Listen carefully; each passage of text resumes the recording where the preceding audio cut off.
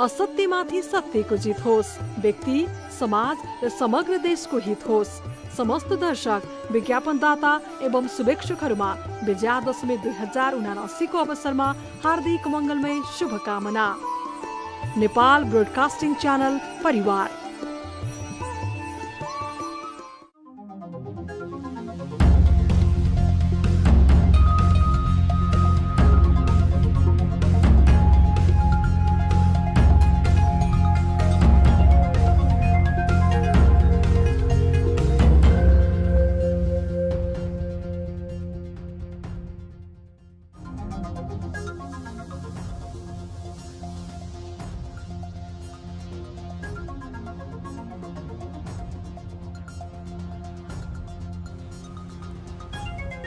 नमस्कार, यो हो न्यूज 24 टेलिभिजन। बेलुका 8 बजेको न्यूज बुलेटिनमा स्वागत छ। हाम्रा नेता जे नहुने हो त्यही गर्छन्। सरकार जनताले जे रुचाउँदैनन् त्यही काम गर्छ। संसद राष्ट्रलाई के गर्दा भार थपिन्छ त्यसैमा रमाउँछ। राष्ट्रका समस्या के छन्, जनता के कस्ता अप्ठ्यारो बीच गुज्रिरहेका छन्, सिंहदरबार बालोटारलाई सोच्ने फुर्सद नै छैन। बालोटार भागवण्डा मिलाउनमै व्यस्त छ। सिंहदरबारमा निरस र सुनसान छ। जिम्मेवारी बोध गर्नुपर्ने संसदले जनताका समस्या, पीडा र वेदनाको आवाज बुझ्दैन। किसानको पीडा सरकारले सुन्दैन। हरेक वर्ष किसानले मल पाएका छैनन्। उन्नत बिउ पनि पाउन निकै कठिन छ। जनताले कोभिड संक्रमण भइहाले सुविधा होस् भनेर बिमा गराए, तर कोरोना बिमाको भुक्तानी अझैसम्म पनि पाएका छैनन्। सरकार छ तर यस्तो मुद्दामा उसलाई चासो नै छैन। प्रतिपक्षी पनि छ, उसलाई पनि राजनीतिक छिर्के र दाउपेचले छोडेको छैन। संसदमा जनताका आवाजले भन्दा राजनीतिक आरोप प्रत्यारोपले प्रश्रय पाउँछ। कार्यकाल सकिएर पनि लाज बचाएर सभामुख र उपसभामुख कुर्सीमा टाँसिन्छन्। नेताहरू जनताको सेवक होइन, कुर्सी, पद र शक्तिमै आसक्त छन्। नेपाल यस्तो देश हो जहाँ जनसङ्ख्याको अनुपातमा आवश्यकता भन्दा धेरै जनप्रतिनिधि छन्। राष्ट्रिय अर्थतन्त्रको आधारमा तलब, भत्ता र सुविधा पनि नेपाली सांसदहरूकै बढी छ। विश्वमै सबैभन्दा बढी कर तिर्ने नागरिकमा नेपाली अग्रस्थानमा पर्ने गरेका छन्। विदेशी ब्याङ्कमा नेपालीको पैसा थुप्रिने क्रम बढ्दो छ। यावत विकृति र विसङ्गतिका बीच नेपाल प्रदेश तथा प्रतिनिधि सभा निर्वाचनको सङ्घारमा उभिएको छ। अब गल्ती गर्ने छुट कसैलाई छैन। देश लुट्ने छुट कसैलाई हुन्न। भ्रष्टहरूको तख्ता पल्टाउनुपर्छ। यो चुनावमा दलहरूलाई इमान, जवान र निष्ठाप्रति प्रतिबद्ध गराउनुपर्छ। नेताहरूलाई जनमुखी बनाउनै पर्छ। यस्तो गर्न नसके हाम्रो दुःखका दिन कहिल्यै जाने छैनन्। अब न्यूज बुलेटिनका हेडलाइन्स। निलम्बित नेपाली राष्ट्रिय क्रिकेट टिमका कप्तान सन्दीप लामिछाने विमानस्थलबाटै पक्राउ। स्वास्थ्य परीक्षण पूरा। शुक्रबारदेखि थप कानुनी प्रक्रिया अघि बढाइने। मलाई म्याथ थप्ने र अरू बयान दिने कामहरू एज अ ड्यू प्रोसेस त्यही काम हुन्छ भने त्यही अनुसार। लगातारको अविरल वर्षापछि नारायणी नदीले खतराको सूचक पार गर्यो। पूर्वी नवलपरासीको तटीय क्षेत्रमा बाढीको जोखिम, सतर्क रहन आग्रह।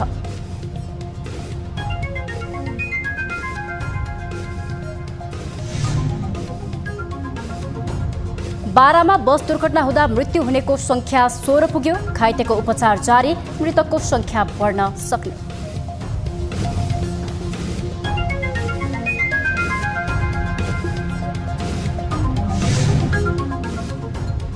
कांग्रेस सभापति देउवालाई आन्तरिक व्यवस्थापनमै चुनौती। आफ्नो पक्षका उम्मेद्वारको संख्या बढाउन कोइराला पक्षको निरन्तर दबाव।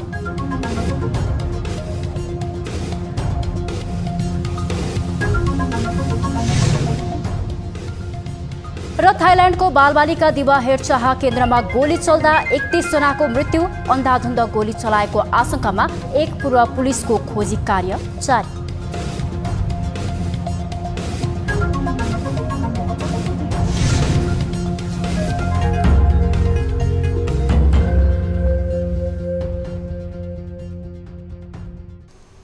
हामी निरन्तर न्यूजमा छौं।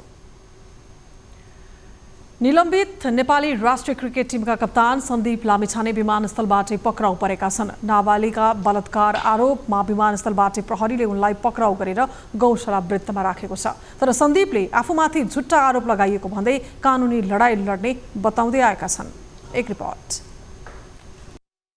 बलात्कार आरोप लागेपछि सम्पर्क बाहिर रहेका सन्दीप अमेरिका हुँदै कतारको दोहा ट्रान्जिट बनाएर बिहीबार नेपाल आइपुगे। आफू नेपाल आउन लागेको भन्दै सामाजिक सञ्जाल फेसबुकमा सार्वजनिक गरेका लामिछानेलाई प्रहरीले पक्राउ गर्ने निश्चित भएपछि त्रिभुवन अन्तर्राष्ट्रिय विमानस्थलमा पत्रकारदेखि शुभचिन्तक समर्थक उनलाई हेर्न पुगेका थिए। मौसमका कारण केही ढिला गरी विमानस्थलमा हत्कडी लगाएर निस्केका सन्दीपले कुनै प्रतिक्रिया नै दिन पाएनन्।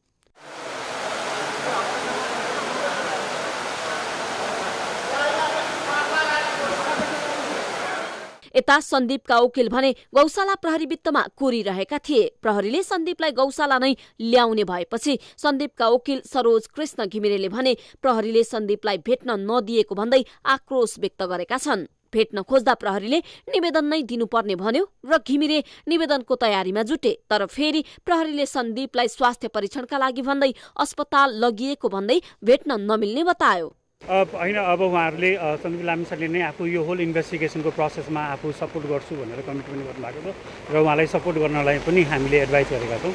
अब उहाँहरूले अहिले त मेडिकल गर्नुहुन्छ होला, त्यस पछाडि अड्डा खोलिसके पछाडि मलाई म्याथ थप्ने र अरू बयान दिने कामहरू एज अ ड्यु प्रोसेस त्यही काम हुन्छ भने त्यही अनुसार नै। सन्दीपले आफू मानसिक तनावमा रहेको बताइरहेका छन्, तर आफू निर्दोष रहेको भन्दै उनले नेपालको कानूनले आफूलाई न्याय दिलाउने विश्वास व्यक्त गर्दै आएका छन्। सन्दीप विरुद्ध एक नाबालिकाले भदौ 21 गते बलात्कारको जाहेरी दिएकी थिइन्। त्यसबेला उनी क्यारिबियन लिग खेल्न नेपाल बाहिर थिए। अदालतबाट पक्राउ पूर्जी जारी भइसकेपछि सम्पर्कविहीन बनेका उनी विरुद्ध नेपाल प्रहरीको आग्रहमा अन्तर्राष्ट्रिय प्रहरी संगठन इन्टरपोलले डिफ्युजन नोटिस समेत जारी गरेको थियो। अब के हुन्छ कानूनी प्रक्रिया? अब सन्दीपमाथि थप अनुसन्धान गर्न हिरासतमा राख्नुपर्ने हुन्छ। हिरासतमा राख्न प्रहरीले अदालतबाट अनुमति लिनुपर्ने हुन्छ। बिहीबारसम्म दशैंको बिदा भएकाले प्रहरीले 24 घण्टासम्म हिरासतमा राख्न पाउने अधिकारको प्रयोग गर्दै हिरासतमा राखेको छ। तर शुक्रबारदेखि अदालतको नियमित कामकाज सुरु हुने भएकाले प्रहरीले सन्दीपलाई हिरासतमा राखेर अनुसन्धान गर्न माग गर्दै अदालतमा निवेदन दिनेछ। अदालतको अनुमति पश्चात प्रहरीले उनीमाथि बयान, अनुसन्धान र सोधपूछ गर्नेछ। त्यसैको आधारमा प्रहरीले सरकारी वकिलको कार्यालय मार्फत अदालतमा मुद्दा दर्ता गर्ने नगर्ने निर्णय लिनेछ। सरकारी वकिलको कार्यालय मार्फत मुद्दा दर्तापछि अदालतमा थुनछेकको पहिलो सुनवाई हुनेछ। अदालतले पूर्वपक्षका लागि थुनामा राखी अनुसन्धान गर्ने वा साधारण तारिख धरौटीमा छाड्ने मध्ये कुनै एक फैसला दिएपछि उनी विरुद्धको मुद्दा अघि बढ्नेछ। निलम्बित नेपाली राष्ट्रिय क्रिकेट टिमका कप्तान सन्दीप लामिछानेलाई अहिले गौशाला वृत्तमा राखिएको छ र प्रहरीको वृत्तबाट नै यति बेला हामीसँग थप यो विषयमा जानकारी गराउनका लागि हाम्रा टिभी जर्नलिस्ट समीर जोशी प्रत्यक्ष जोडिनु भएको छ। समीर, के छ जसरी सन्दीपलाई विमानस्थलबाट हत्कडी लगाएर ल्याइएको भन्ने खबर आएपछि समर्थकहरू पनि निकै रिसाएको अवस्था थियो। यो प्रहरीले आफ्नो एउटा प्रक्रिया पूरा गरेको छ। अहिले त्यहाँको माहौल तपाईले कस्तो देख्न सक्नुहुन्छ? सुषमा, हामी केही समय अगाडि जुन प्रहरी वृत्त गौशालामा आइपुगेका छौँ र गौशालामा आइपुगेर हेर्दाखेरि र मैले अहिले प्रहरीसँग पनि समन्वय गरेका थिएँ सन्दीपलाई कहाँ राखिएको छ र उनलाई कसरी राखिएको छ भनेर मैले प्रहरीसँग पनि जानकारी लिएको थिएँ र उनी अहिले यही गौशाला प्रहरी वृत्त गौशालाभित्र रहेको भनेर हामीलाई जानकारी आएको छ र अहिले हेर्ने हो भने आज बिहान 11 बजे मात्रै सन्दीप यति बेला विमानस्थलमा अवतरण गरेका थिए, जुन कि अमेरिकाबाट उनी अमेरिकामै रहेको र जुन 5 गते भदौ 5 गते नाबालिकामाथि जबरजस्ती करणी भन्ने प्रहरी सामु रिट दायर भइसके पछाडि उनी लुकी छिपी आएको र अपुष्ट खबरहरू आइरहेको थियो। सन्दीप आज झन्डै 1.5 महिना पछाडि काठमाडौँ नेपालमा अवतरण गरेका छन् र उनी अमेरिका रहेको भनेर हामीलाई कानुन व्यवसायीले पनि जानकारी दिएको छ र आज बिहान 11 बजे त्रिभुवन विमानस्थलमा अवतरण गरिराख्दाखेरि एउटा नौलो दृश्य हामीले देखेका थियौँ, जुन कि हेर्ने भने खेल खेलेर अन्यत्र देशबाट विदेशबाट आइराख्दाखेरि खेलाडीलाई फुल माला सहितको सम्मान लिएर बसिन्थ्यो र त्यो अघिल्लोचोटि त्यस्तै अवस्था हामीले देखेका थियौँ। तर आज विमानस्थलमा एउटा छुट्टै दृश्य पनि देखिन्थ्यो। बिहानको दृश्य हेर्ने हो भने जसको हातमा बल र ब्याट रहने हातमा आज बिहान हत्कडी सहितको प्रहरीले उनलाई विमानस्थलबाटै पक्राउ गरेको थियो र पक्राउ गर्न साथ गौशाला प्रहरी वृत्तमा यहाँनिर ल्याइसके पछाडि उनलाई मेडिकल जाँचका लागि टेस्टका लागि उनलाई चेकअपका लागि केएमसी हस्पिटल लगेको र केएमसी हस्पिटलबाट प्रहरीले चेक जाँच गरिसके पछाडि प्रहरी वृत्त गौशालामै ल्याएको भनेर हामीलाई प्रहरीले केही समय अगाडि जानकारी दिएको छ। प्रहरी जाँच गराएको भन्ने सूचना हामीलाई यसअघि पनि प्राप्त भइसकेको हो। कहिलेसम्म रिपोर्ट आउने, उनको के कस्तो टेस्टहरू भएको हो भन्ने कुरा केही कुरा बाहिर आएको छ?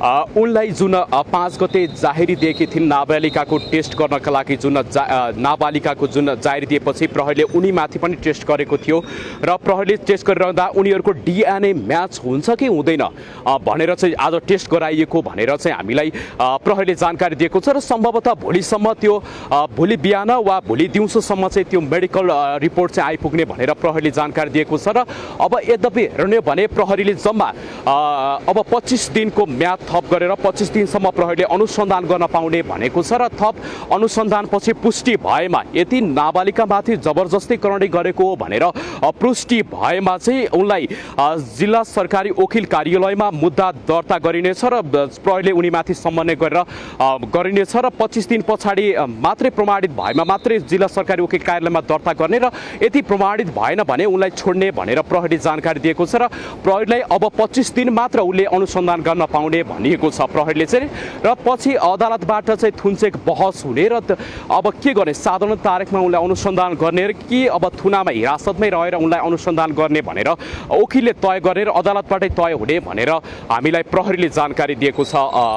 सुषमा, यसअगाडि जस्तो विमानस्थलमै पनि उनको कानुनी सल्लाहकार वकिलले भेट्न खोज्दाखेरि भेट्न नदिएको भनिएको पनि छ र अर्कोतर्फ सन्दीप लामिछानेले कानुनी लडाई लड्ने म निर्दोष छु भन्ने किसिमको अभिव्यक्ति पनि दिएको यो समग्र परिस्थितिमा अब भोलिबाट त कानुनी प्रक्रिया अगाडि बढ्ने भनिएको छ। यसमा के कस्तो प्रोसेसहरू अगाडि बढ्छ? आज कि सन्दीपलाई प्रहरी वृत्त गौशालामा नै राखिने हो?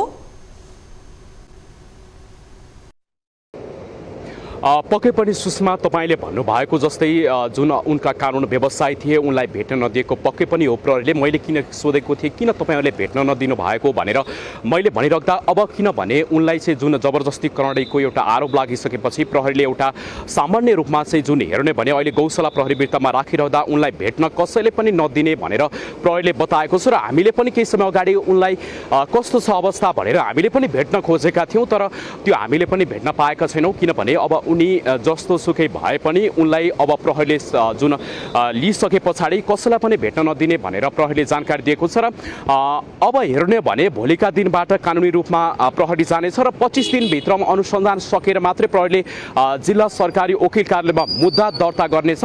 त्यो भित्रमा प्रमाणित भए मात्र भनेको छ, यदि प्रमाणित भएन भने प्रहरीले छोडिदिनेछ। सुषमा, अब अन्त्यमा समीर, दसैँको समय थियो, दसैँको समयमा उनी आफ्नो घर फर्किएका थिए, घरमा परिवारको एउटा प्रतीक्षा पनि हुन्छ आफ्नो छोरा फर्किसकेपछि दसैँको टिका लगाइदिने। यो माहौलबीच छोरालाई यसरी प्रहरीले नियन्त्रणमा लिएर विमानस्थलबाटै चाहिँ अहिले गौशाला प्रहरी वृत्तमा लानु भनेको निकै पीडाको कुरा पनि हो। उनको समर्थकहरूले पनि निकै दुःख व्यक्त गरिरहेको अवस्था छ। केही थाहा हुन्छ परिवारले कस्तो किसिमको प्रतिक्रियाहरू दिएको छ? त्यहाँ समर्थकहरू केही आएका छन् कि छैनन्? उनीहरूको केही माग गुनासो छ कि छैन? त्यहाँ प्रहरी वृत्त भित्रको माहौलमा तपाईले के भन्न सक्नुहुन्छ समीर? पक्कै पनि सुषमा, मैले केही समय अगाडि प्रहरीसँग पनि सोधेका थिएँ उनीहरूको परिवार भेट्न आइपुगेका छन् कि छैनन्। बुबाआमा दसैँको बेला छ, जुन यति बेला नेपालीहरू दसैँको बेला मनाइरहेको बेला र पर्वमा रमाइरहेको बेला यसरी थुनामा राखिएको छ, उनीहरूको बाबुआमालाई कस्तो अवस्था भएको होला भनेर मैले प्रहरीलाई पनि सोधेको थिएँ। उनीहरू भेट्न आइपुगेका छन् कि छैनन् भनेर सोद्धाखेरि बुबाआमा अहिलेसम्म भेट्न नआएको र अब केही समय पछाडि मात्रै जुन हेर्ने भने अब भोलिसम्म सम्भवतः उनीहरू चितवनबाट आउने कि भनेर अहिलेसम्म उनीहरूको बुबाआमा चितवनमै भएको भनेर हामीलाई बताएको छ र अब भोलि मात्रै चितवनबाट आउने कि भनेर बताइएको छ। सुषमा, जुन हेर्ने भने अब नेपाली यति बेला नेपालीहरू महान चाड दसैँको बेला रमाइरहेको बेला यसरी एउटा खेल प्रेमी जुन हेर्ने भने क्रिकेटर सन्दीप लामिछानेलाई चाहिँ जुन रूपमा चाहिँ अहिले यसरी थुनामा राखिएको छ र यसले गर्दा खेलमा त एउटा किसिमको सन्नाटा छाएको छ नै। हरेक नेपालीहरूमा जुन हेर्ने भने जुन योभन्दा अगाडि एउटा स्टारका रूपमा हेरिएको थियो जुन सन्दीप लामिछाने प्रतियोगितालाई नेपालकै खेल क्षेत्रमा एकदम राम्रो गरिएको भनेर हेरेको थियो। तर आज 81 आएर उनीमाथि यसरी बलात्कारको रूपमा चाहिँ जबरजस्ती गर्नेको रूपमा आरोप लगाइराख्दाखेरि चाहिँ एउटा रूपमा हेर्ने भने समर्थकहरूमा त पक्कै पनि जुन हेर्ने भने सन्नाटा छाएको नै छ। केही समय अगाडि उनीहरू यहाँ पनि आएका थिए समर्थक, र अहिले चाहिँ भने उनीहरू छैनन्। सुषमा, धन्यवाद समीर। हाम्रा टिभी जर्नलिस्ट समीर जोशी हामीसँग प्रहरी वृत्त गौशालाबाट जोडिनु भएको थियो। प्रहरी वृत्त गौशालामा नै अहिले निलम्बित नेपाली राष्ट्रिय क्रिकेट टिमका कप्तान सन्दीप लामिछानेलाई विमानस्थलबाट पक्राउ गरिएपछि लगेर राखिएको अवस्था छ र त्यहाँ के भइराखेको छ, अब कानुनी प्रक्रिया कसरी अगाडि बढ्छ, यस विषयमा हामीले थप जानकारी दिने यहाँलाई प्रयास गरेका थियौँ। अब बाँकी न्युज। लगातारको अविरल वर्षाका कारण नारायणी नदीले खतराको सूचक पार गरेको छ। पूर्वी नवलपरासीको गण्डक बाँधमा नारायणी नदीको बहाव 3 लाख क्युसेक पुगेको छ। यसलाई खतराको सूचक मानिन्छ। नारायणी नदीको गण्डक बाँधमा 3,04,000 क्युसेक पानीको बहाव पुगेपछि पूर्वी नवलपरासीको तटीय क्षेत्रमा बाढीको जोखिम बढेको हो। निरन्तरको वर्षापछि गण्डक ब्यारेजमा उच्च जोखिम बढेको ब्यारेजका भू आर्जन अधिकारी अमित खड्काले बताएका छन्। पानीको बहाव उच्च भएपछि बिहिबार बिहान 10 बजेदेखि नै ब्यारेजका 36वटै ढोका खोलिएका थिए। तर पानीको सतह बढ्ने क्रम नरोकिएको र सम्भावित जोखिमलाई ध्यानमा राखेर सुरक्षा सतर्कता अपनाउन जिल्ला प्रशासन कार्यालय पूर्वी नवलपरासीले आग्रह गरेको छ। पूर्वी नवलपरासीका प्रमुख जिल्ला अधिकारी सुमन घिमिरेका अनुसार जिल्लाका सबै सुरक्षा युनिटलाई तयार रहन निर्देशन दिइएको छ।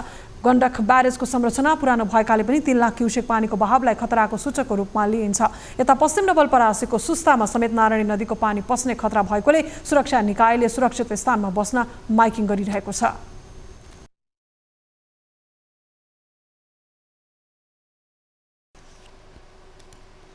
हामी निरन्तर न्युजमा छौँ। मनाङमा असोजबाटै भारी वर्षासहित हिमपात सुरु भएको छ। वर्षासहितको हिमपातका कारण मनाङमा सयौंको संख्यामा पर्यटक अलपत्र परेका छन्। मनाङको डिस्याङ र नार्पा भूमि गाउँपालिकाका पुरै बस्ती ठाकिने गरी असोजबाटै हिमपात सुरु भएको छ। बुधबार रातिदेखिको हिमपातका कारण स्थानीयहरू घर बाहिर निस्कन सकेका छैनन् भने जनजीवन कष्टकर बनेको सिस्याङ गाउँपालिकाका अध्यक्ष कान्छा खलीले बताएका छन्। हिउँसँगैको वर्षा र हुण्डेदेखि माथिल्लो क्षेत्रमा बाक्लो हिउँ परेकाले चिसो वात्तै बढेको अध्यक्ष खलीको भनाइ छ। यस्तै 5,416 मिटरमा रहेको थोराङला पासतर्फ याकखर्क, लेदर, थोराङला फेदी बेस क्याम्प र हाई क्याम्प लगायतका स्थानमा 150 पर्यटक रहेको अनुमान गरिएको छ।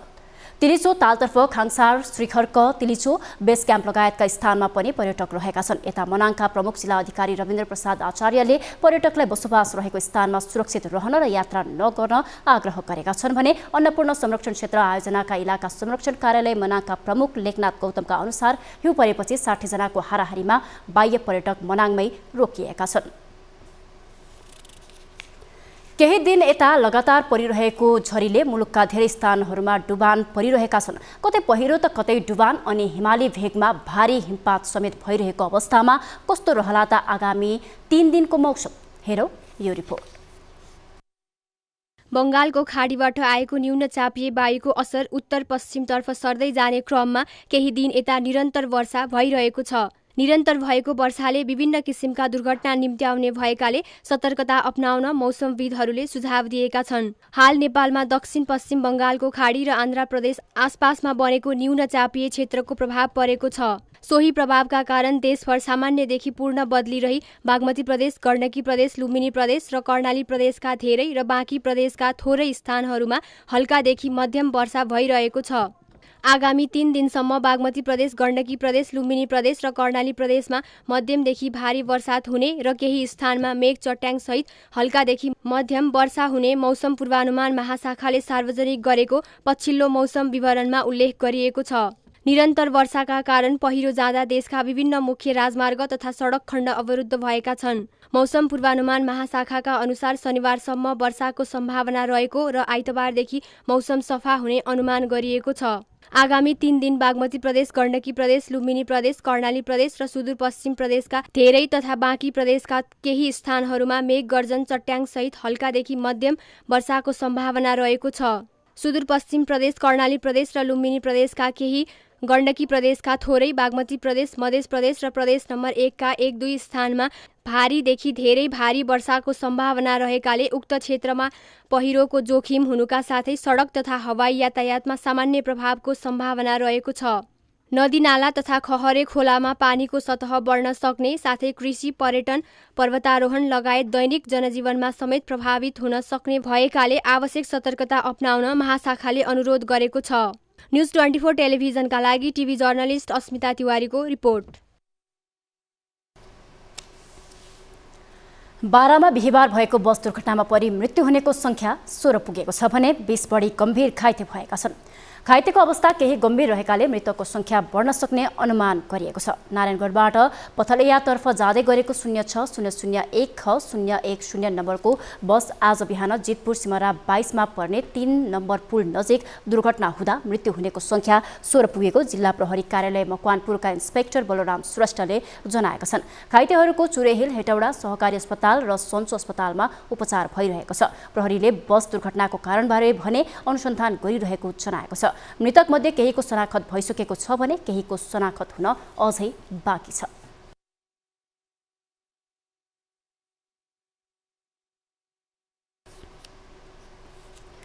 प्रदेश र प्रतिनिधि सभाको निर्वाचनमा सिट बाँडफाँडको विवाद सुल्झिन नसक्दा सत्तारूढ दल नेपाली कांग्रेसको केन्द्रीय कार्य सम्पादन समितिको बैठक नै अवरुद्ध बन्न पुगेको छ। मङ्सिर 4 गतेका लागि तय प्रदेश र प्रतिनिधि सभाको चुनावका लागि निर्वाचन आयोगले असोज 23 गतेका लागि मनोनयनको मिति तोकेपछि गठबन्धनमा सिट बाँडफाँड टुङ्ग्याउने भन्दै बस्ने गरेका बैठकले निर्णय लिन नसक्दा कांग्रेसको आन्तरिक बैठक नै अवरुद्ध बन्न पुगेको हो। यता कांग्रेस कार्य सम्पादन समितिको बैठकले प्रदेश र प्रतिनिधि सभा प्रत्यक्षतर्फको उम्मेद्वारको नाम टुङ्गो लगाउनका लागि बोलाएको कार्य सम्पादन समितिको बैठक समेत पछि धकेलिन पुगेको छ। कांग्रेसले बिहिबार बिहान 9 बजेका लागि भन्दै कार्य सम्पादन समितिको बैठक बोलाएको थियो, तर गठबन्धनमा सिट बाँडफाँड नमिलेका कारण कार्य सम्पादन समितिका बैठक बस्न नसकेको जनाएको छ। प्रधानमन्त्री समेत रहेका सत्तारूढ दल नेपाली कांग्रेसका सभापति शेरबहादुर देउवालाई पार्टीभित्रको आन्तरिक समीकरण मिलाउनै सकस परेको छ। प्रदेश र प्रतिनिधि सभा मार्फतको निर्वाचनको प्रत्यक्षतर्फको मनोनयन दर्ता गर्न 3 दिन मात्रै बाँकी भए पनि पार्टीबाट कसलाई टिकट दिने भन्ने विषयमा निर्णय हुन नसक्दा कांग्रेस सभापति देउवालाई पार्टीभित्र दबाव बढ्दै गएको छ। सत्ता गठबन्धनमा कांग्रेसले पाउने सिट नै निश्चित नभएपछि देउवालाई पार्टीभित्र उम्मेद्वार व्यवस्थापनको चुनौती पढेको हो। यता डाक्टर शेखर कोइराला पक्षले प्रत्यक्षतर्फ 40% हिस्सा नपाए विद्रोह गर्ने भन्दै फेरि भेला बैठक गर्न थालेपछि देउवामाथि दबाव बढेको छ।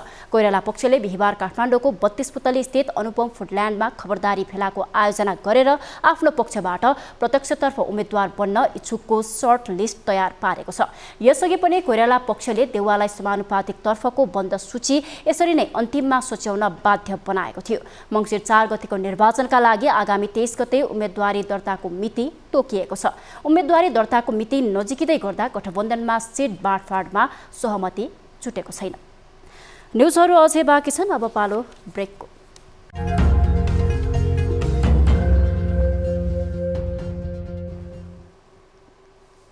हामी निरन्तर न्युजमा छौं। आगामी मङ्सिर 4 गतेका लागि तय प्रदेश र प्रतिनिधि सभाको निर्वाचनका लागि समानुपातिक तर्फ बुझाइएका बन्द सूचीबाट 29 जना उम्मेद्वारले नाम फिर्ता लिएका छन्।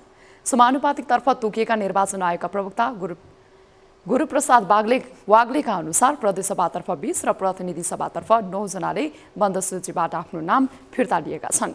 यसरी नाम फिर्ता लिनेमा प्रदेश र प्रतिनिधि सभामा गरी नेपाली कांग्रेसका 9, माओवादी केन्द्रका 2, जनता समाजवादी पार्टीका 5, एकीकृत समाजवादी र जनता समाजवादीका 5, नागरिक उन्मुक्ति पार्टीका 1, पुनर्जागरण पार्टीका 1 र राष्ट्रिय नागरिक पार्टीका 5 जना रहेका छन्।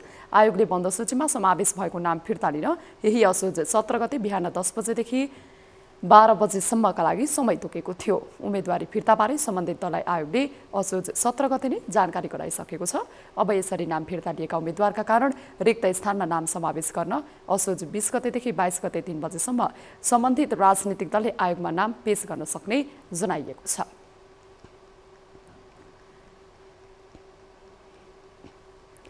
आगामी मङ्सिर 4 गते हुने प्रतिनिधि सभा र प्रदेश सभा निर्वाचनमा प्रत्यक्ष निर्वाचन प्रणालीतर्फ उम्मेद्वारको मनोनयन पत्र दर्ता गर्न 3 दिन मात्र बाँकी छ। निर्वाचन आयोगले तय गरेको निर्वाचन कार्यक्रम अनुसार यही असोज 23 गते उम्मेद्वारको मनोनयन पत्र दर्ता र मनोनयन पत्रको सूची प्रकाशन गर्ने कार्यक्रम रहेको छ। असोज 24 गते उम्मेद्वारको विरोधमा उजुरी दिने तथा असोज 24 गतेदेखि 25 गतेसम्म मनोनयन पत्र र उजुरीमाथि जाँचबुझ गरी निर्णय गर्ने निर्वाचन तालिकामा उल्लेख गरिएको छ। यसैगरी असोज 25 गते उम्मेद्वारको नामावली प्रकाशन गर्ने र असोज 26 गते उम्मेद्वारको नाम फिर्ता लिने तथा उम्मेद्वारको अन्तिम नामावली प्रकाशन गर्ने एवं उम्मेद्वारलाई निर्वाचन चिन्ह प्रदान गर्ने समय तोकिएको छ। यस्तै असोज 22 गते उम्मेद्वारको बन्द सूचीको सूचना प्रकाशन गर्ने, असोज 23 गतेदेखि 29 गतेसम्म बन्द सूचीमा नाम समावेश भएका उम्मेद्वारको योग्यता सम्बन्धी दाबी विरोधको निवेदन दिने, असोज 30 गते दाबी विरोधको निवेदनमाथि जाँचबुझ र निर्णय लिने, कार्तिक 8 गते बन्द सूचीबाट उम्मेद्वारको नाम हटेको सूचना प्रकाशन गर्ने तथा कार्तिक 9 गते उम्मेद्वारको बन्द सूची अन्तिम रूपमा प्रकाशन गर्ने कार्यक्रम छ। यसैबीच मनोनयनको अन्तिम मिति नजिकैसँगै राजनीतिक दल उम्मेद्वार चयनमा व्यस्त छन्। उम्मेद्वार चयनका लागि दलहरूको बैठक जारी छ भने सत्ता गठबन्धनमा भाग मिलनको विषय भने यति बेला पेचिलो बनिरहेको छ।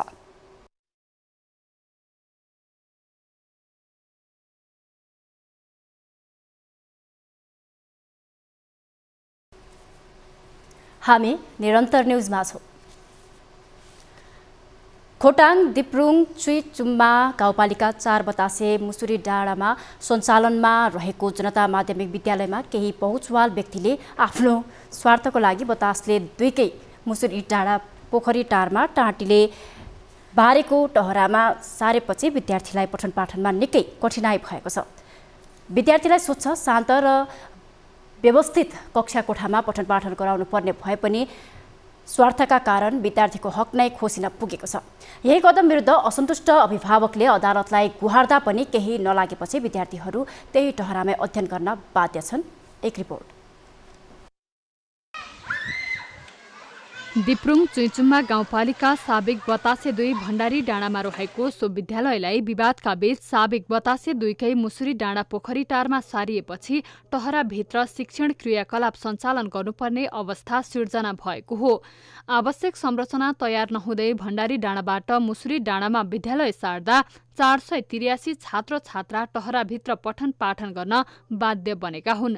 असहज छ भने पढ्नुलाई सरहरू आउनुहुन्छ, क्लासमा प्रायः जस्तो जानुहुन्न सरहरू, सर उपस्थिति यहाँ भएर पनि जानुहुन्न। अनि वातावरण यस्तो भएपछि विद्यार्थीहरू पनि लापरवाही गरे जतिकै हुन्छ। अभिभावककै राजनैतिक र भेगीय लडाईँले जनता माविको अवस्था दयनीय बनेको हो। विद्यालय माथि सरेपछि तल्लो क्षेत्रका कतिपय विद्यार्थीलाई मुसुरी डाँडा पुग्न थप उकालो चढ्नुपर्ने बाध्यता छ। आवश्यक संरचना नबनाई विद्यालय सार्दा ससाना बालबालिकाको पठन पाठनमा असर पुगेको छ। 2076 कार्तिक 19मा निर्वाचनका माध्यमबाट ज्ञानेन्द्र राईको नेतृत्वमा नयाँ व्यवस्थापन समिति गठन भयो। सो व्यवस्थापन समितिले पुनः 2077 जेठ 16मा विद्यालयलाई मुसुरी डाँडा समायोजन गर्ने निर्णय गर्यो। सो निर्णय विरुद्ध असन्तुष्ट अभिभावक रिट हाल्न जिल्ला हुँदै सर्वोच्च अदालत पुगे। तर अदालतले व्यवस्थापन समितिकै पक्षमा फैसला गरेपछि र गाउँ कार्यपालिकाको 2078 माघ 26 को निर्णय र गाउँ कार्यपालिकाको 2078 माघ 26 को निर्णय र प्राप्त पत्र अनुसार विद्यालयलाई मुसुरी डाँडामा समायोजन गरिएको विद्यालयका व्यवस्थापन समितिका अध्यक्ष ज्ञानेन्द्र राईले बताउँछन्। विवादपछि एउटा सहमति बन्यो। सहमति बन्दाखेरि वडामा के बन्यो भनेदेखि तल चाहिँ जग्गा पनि उपयुक्त छैन, थोरै छ। अब 1-12 पनि के अरे 11-12 पनि बनाइयो हो। 11-12 अटोनोमस अवस्था पनि छैन, यहाँ राखौँ भन्ने कुरामा गर्दाखेरि केही विवाद गर्नुभयो। तर उहाँहरू पछि सहमतिमा आउनुभयो। सहमतिमा आउँदाखेरि के गर्नु भने त लो नि त माथि 11-12 पढाउँदै गरौँ र क्रमशः भवन बनाउँदै लगेर अरू पनि कक्षाहरू माथि सञ्चालन गरौँ। जनता माविका कक्षा 1 देखि कक्षा 10 सम्मका छात्र छात्रा बाँसको टाँटीले बारेर बनाइएको टहराभित्र जेनतेन लेखपढ त गरिरहेका छन्। तर एउटा कोठाको हो हल्लाले अर्को कोठाको पठन पाठनमा बाधा पुर्याइरहेको छ। घाम लागेको बेला जस्ता तातेर अधिक गर्मी हुने र जाडोमा हावा छिरेर अधिक चिसो हुने गरेको छ। झरी परेको बेला जस्ताको आवाजले केही सुनिन्न। टहरा आसपासमा स्थानीय बोलेको र हो हल्ला गरेको आवाजले पनि शैक्षिक क्रियाकलापमा बाधा पुर्याइरहेको छ। राष्ट्रिय नीति अनुसार कक्षा 1-12 चाहिँ माध्यमिक विद्यालय र त्यो एकै ठाउँबाट सञ्चालन गर्नुपर्ने भन्ने भइसके पछाडि तलै झार्नु भन्ने निर्देशन आइसकेपछि त्यो तल झारियो। +2 का लागि आवश्यक संरचना बनाउन रेग्मी सेवा समाजको आर्थिक सहयोगमा 2065 सालमा मुसुरी डाँडामा जग्गा खरिद गरिएको थियो। बिना जानकारी जग्गा खरिद गरिएको भन्दै त्यो बेला अभिभावक बीचको विवादले उग्र रूप लिएको थियो। यद्यपि 2066 माघ 10 गते मुसुरी डाँडामा आवश्यक संरचना बनाउँदै जाने र क्रमशः विद्यालय स्थानान्तरण गर्ने तथा साबिक बतासे 1 मा विद्युत विस्तार गर्ने सहमति भएको थियो। त्यो निर्णयमा बतासेका अधिकांश पहुँचवाला अगुवाले हस्ताक्षर गरेको देखिन्छ, तर विवाद साम्य हुनुको सट्टा अझ चुलिँदै गएको थियो। त्यस विवादले गर्दा विद्यार्थीलाई पठन पाठनमा थप समस्या आएको छ। न्युज 24 टेलिभिजनका लागि खोटाङबाट टिभी जर्नलिस्ट दिनराज कार्कीको रिपोर्ट। पुरातात्विक र ऐतिहासिक सम्पदा संरक्षणको दायित्व पुरातत्व विभागको हो, तर संरक्षण गर्नुपर्ने निकायकै बदमासीका कारण यति बेला नेपालको राजमहलको उपमा पाएको पाल्पाको रानी महलको अस्तित्व नै सङ्कटमा पर्ने खतरा बढ्दै गएको छ। रानी महल पुनर्निर्माणको नाममा पुरातत्व विभागले छारा टार्ने र पैसा असुल्नेमा मात्रै ध्यान केन्द्रित गर्दा अहिले यसको अस्तित्व गम्भीर सङ्कटमा फस्दै गएको छ। एक रिपोर्ट। नेपालको ताजमहल भनेर चिनिने पाल्पाको रानी महल पुनः निर्माणको 6 वर्ष नबित्दै यसको अस्तित्व पुनः धरापमा परेको छ। पुरातत्व विभागले केवल झारा टार्ने शैलीले यस महलको संरक्षणको क्षेत्रमा काम गरेको जस्तो देखाउँदा रानी महलको अस्तित्व नै धरापमा पर्ने जोखिम बढेको हो। विभागले यस रानी महलको 6 वर्ष पहिले रङरोगन गरेको थियो। त्यस रङरोगनले महललाई केही समय सुन्दर देखाए पनि अहिले प्राय भित्ताहरू लेउ लागेर कुरूप र जीर्ण बन्दै गएका छन्। एकदम रमाइलो महसुस भएको छ। प्रेमको प्रतीकको रूपमा यो रानी महल गुल्मी जिल्लाको गुरुङ गाउँ रेसुङ्गा नगरपालिका वडा नम्बर 6 को गुरुङ गाउँदेखि हामी 5 जनाको परिवार यहाँ घुम्न आएका छौँ। अत्यन्तै रमाइलो नै महसुस भएको छ। यसको पहिलाको हिसाबले त केही प्रगति हुँदै गएको छ। अहिले बर्खाको टाइम भएर पनि होला अलिकति जीर्ण अवस्था लेउसेउले गर्दाखेरि अलिकति केही डिस्टर्ब पनि भएको छ पर्यटकहरूलाई।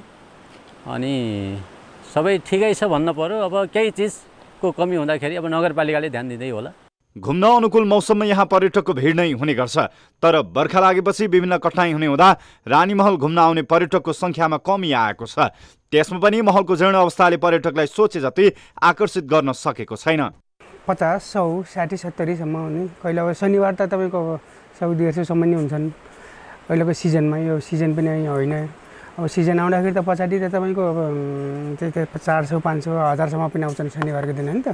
अहिले यो सिजनमा चाहिँ अहिले कमै मात्रामा छन्।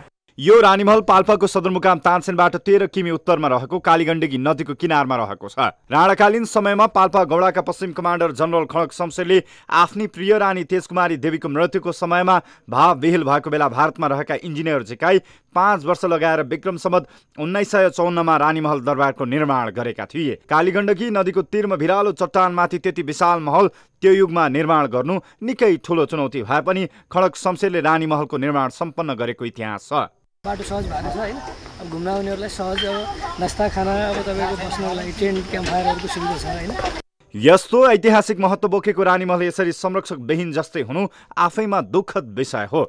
आन्तरिक पर्यटक मात्रै होइन, बाह्य पर्यटक समेत आकर्षित गर्न सक्ने क्षमता बोकेको यो रानीमहलको संरक्षणका लागि केवल झारा टार्ने प्रवृत्ति पुरातत्व विभागले नगरोस्। सम्पदा संरक्षणको दायित्व पुरातत्व विभागको हो। दायित्व सही तौरबाट वहन गर्नेतर्फ विभागको ध्यान पुग्नु आवश्यक छ। न्युज 24 टेलिभिजनका लागि पाल्पाबाट प्रकाश ढकालको रिपोर्ट। अब बिजनेस न्युज।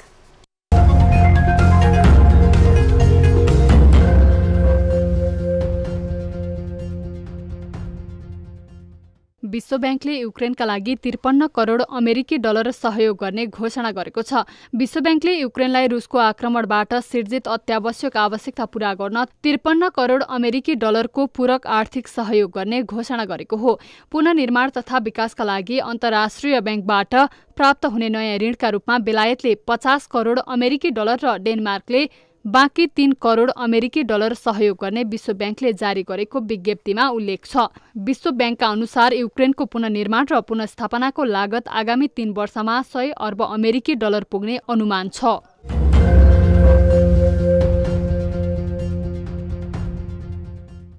दशैंको बेला विद्युतको माग हवात्तै घट्दा दैनिक करिब 800 मेगावाट विद्युत खेर गइरहेको छ।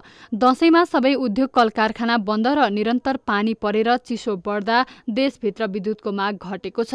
तर नेपाल विद्युत प्राधिकरण र निजी क्षेत्रका विद्युत गृहबाट पूर्ण क्षमतामा विद्युत उत्पादन हुने भएकाले दैनिक करिब 800 मेगावाटको विद्युत खेर गइरहेको हो। प्राधिकरणका अनुसार राति दैनिक 700 देखि 800 मेगावाटसम्म र दिउँसो 400 देखि 500 मेगावाट विद्युत खेर गइरहेको छ। प्राधिकरणले दैनिक रूपमा करिब 400 मेगावाट विद्युत भारतमा बिक्री गरिरहेको छ। नेपाल विद्युत प्राधिकरणले देशभित्र खपत गरी अतिरिक्त भएको वर्षायामको थप 212 मेगावाट विद्युत इन्डियन इनर्जी एक्सचेन्ज लिमिटेडको डे अहेड बजारमा प्रतिस्पर्धा मार्फत बिक्रीका लागि प्रस्ताव गरेको छ। तर भारतीय पक्षबाट अनुमति नदिँदा विद्युत खेर जाने अवस्था आएको प्राधिकरणको भनाइ छ।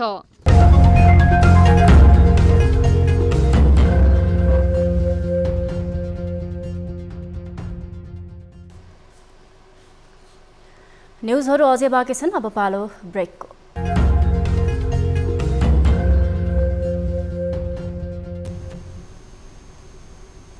हामी निरन्तर न्युजमा छौं। अब स्पोर्ट्स न्युज।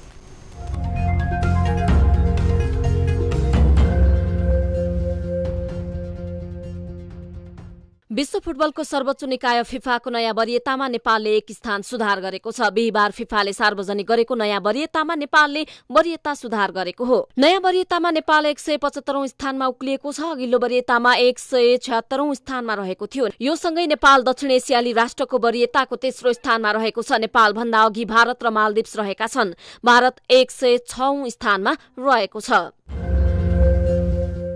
अब न्युज बुलेटिनको अन्त्यमा पुनः हेडलाइन्स। निलम्बित नेपाली राष्ट्रिय क्रिकेट टिमका कप्तान सन्दीप लामिछाने विमानस्थलबाटै पक्राउ, स्वास्थ्य परीक्षण पूरा। शुक्रबारदेखि थप कानुनी प्रक्रिया अघि बढाइने। अड्डा खुलिसके पछाडि मलाई म्याथ थप्ने र अरू बयान लिने कामहरू एज अ ड्यू प्रोसेस त्यही काम हुन्छ भने त्यही अनुसार। लगातारको अविरल वर्षापछि नारायणी नदीले खतराको सूचक पार गर्यो। पूर्वी नवलपरासीको तटीय क्षेत्रमा बाढीको जोखिम, सतर्क रहन आग्रह।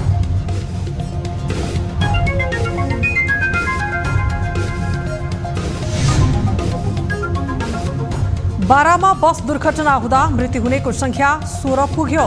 घाइतेको उपचार जारी, मृतकको संख्या बढ्न सक्ने।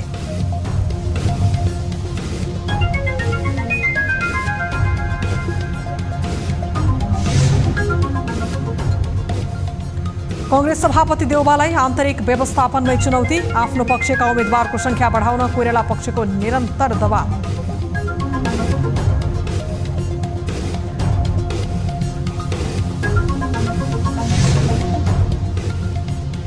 र थाइल्यान्डको बालबालिका दिवा हेरचाह केन्द्रमा गोली चल्दा 31 जनाको मृत्यु। अन्धाधुन्द गोली चलाएको आशंकामा एक पूर्व पुलिसको खोजी कार्य जारी।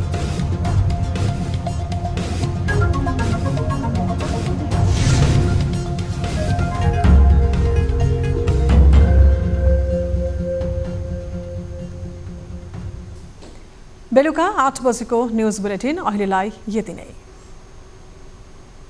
थप न्युजका लागि हाम्रो वेबसाइट www.news24nepal.com हेर्नुहोला। साथै हामीलाई फेसबुक, ट्विटर र युट्युबमा पनि फलो गर्न सक्नुहुनेछ। त्यस्तै मोबाइल, इमेल र भाइबरबाट न्युज24 को हेल्प डेस्कमा केही समस्या र गुनासा छन् भने सम्पर्क गर्न सक्नुहुनेछ। अहिलेलाई बिदा दिनुहोस्। हामी निरन्तर न्युजमा छौं। नमस्ते।